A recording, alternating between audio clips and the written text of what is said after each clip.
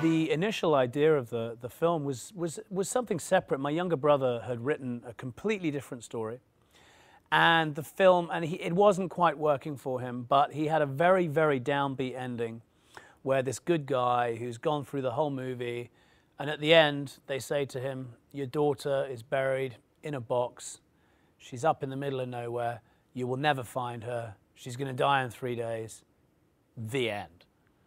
And he's like, I don't know if that's really working, and the story's not quite working. And so I said, well, what about just taking that horrible downbeat Seven style ending of yours and having it as the catalyst to the film as opposed to the finale of another script? What if we have that as a catalyst? You know, what if we discovered this child that couldn't be discovered? It's impossible to discover her. She's in the middle of nowhere, but chance always plays a hand. So what happens then? And we were writing another script at the time, and we'd said to Carnaby, our producers, that we were going to set a movie in the mountains, because I wanted to.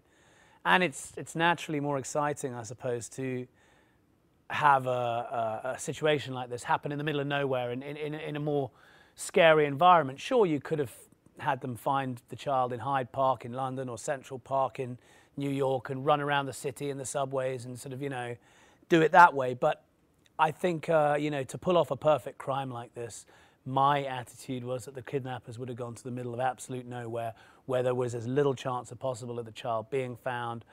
The exposure, the weather would kill the child after a certain amount of time. And it's a horrible thing to say, but sort of the kidnap plot, if you like, it's a very simple one, is that if they kidnap this child and you don't pay them what they want, they get arrested, whatever, and they sit there and they deny everything.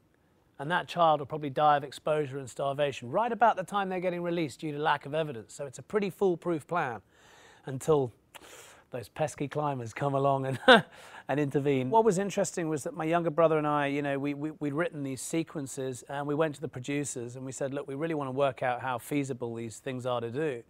So the producers were, you know, they were very generous, and they said, well, we'll go prove it. So we went up to the Highlands of Scotland and Snowdonia in Wales, and we went with very qualified, very skilled mountaineers, and they started to take us to these different places, and we would naturally start rewriting the script as we became proficient, and suddenly you realize people don't bang stakes in the side of Great British mountains anymore. They place protection in, and so you start to get better at it. And then and then during the film and the lead up to the film, we got delayed by 6 months because, you know, the whole recession of the world fell apart.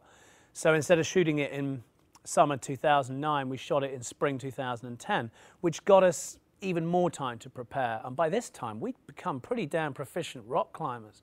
I mean, I was climbing up to sort of, you know, HVS standard UK rock climb. What's that in America? About 5.10, 5.11. And it made for the sequences much more realistic if you have a personal experience of it. You know, people say right from experience. Well, yeah, but you can also go and gain some experience, at least for the physical side of the movie. And now that the film is over, I'm actually going to the Alps next month for a big charity climb. I'm climbing the Eiger, the Matterhorn, and a mountain called Le Dent de Géant, which is the Giant's Tooth. And this is a massive 2-week expedition in the Alps. And none of that would have ever happened. I would not have even begun to even think I could do that if it wasn't for the training that we put in for this film. Initially, we were going to do all of the film quite low altitude, on sort of low altitude cliffs and crags. But I realized the opening of the film had to be high up. It had to be high up in the mountains. So we chose a very beautiful and a very good rock climbing mountain called Buccal Etive Mor, the head of Glencoe, which means the great herdsman of Etive, which is a river. You will have seen this mountain in Braveheart, The Eagle of the Ninth, Centurion, and only because it has a very postcard shape, a classic beautiful triangle shape at the front. But in other movies, all it has ever done is had that postcard shot and a few Highland warriors running in front of it, or what have you. But actually, it's got the best incredible rock climbing on the east face, which is right up high on the mountain. So you're looking down over 2,500 foot of air between your feet and stuff. And it became so we actually used that mountain for practical reasons as well as picturesque reasons, and tried not to shoot it in sort of quite such a picture postcard way, although we did have to do the one postcard shot because it is beautiful. But going back to it, no, it's tough on location. I mean, first of all, film crew-wise, I think everybody, they're down at the car park, they look at the mountain, and they all talk the big game. And then they start going up there, and you realize a lot of people lose their shit. I mean, they do, you know, and we were not, you know, we had, you know, higher up the mountain for stunt people and climbers and camera people that have got ahead for heights, and lower down the mountain for actors and sort of larger amounts of crew. But, you know, a lot of the crew got very nervous and very scared, even quite low down the mountain. They're straight out of their comfort zone. And, you know, second week of filming, a boulder like this, I mean, a man killer of a thing, just gets dislodged. And it fell straight through the crew. How it didn't hit anyone, I don't know. And I mean, you know, the thing is the first that it happened, I was like it was horrible. It was like a bomb going off in Piccadilly Circus. You could just feel the fear go through the entire crew. And I'm thinking, Jesus Christ, they're going to tell me you can't do this sequence, get off the mountain, rewrite it. Because you could just, the fear just completely went through 90% of the crew. But you got to be practical about this. These are mountains. They are rubbling away. And the problem was we had taken too many people up the mountain. And on the subsequent days, it was like, right, you're not needed, you're not needed, you're not needed, you're not needed.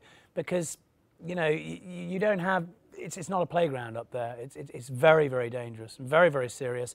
And I was not keen on doing lots of green screen shots. And, you know, I'm sure, you know, if it was a big Hollywood film, they'd probably, you know, they probably do a lot of it on sound stages and green screen the back off. I never buy it. It never looks real to me. It never looks real to me. The mountaineering sequences, the climbing sequences, they're going to be as realistic as you're going to get. You know, none of this sort of, you know, there have been films and Hollywood films and a few other films in the past where I just get the impression that the people directing them had never been on a mountain. They'd never put a harness on because they were ridiculous. You know, you got films of people leaping across 100-meter divides and smashing ice axes into cliffs the other side, and just silly stuff, just really silly. And I always think that action movies are great if you never let go of the logic. The moment you drop logic, the moment you throw logic out the window or reason out the window, it just gets a bit silly.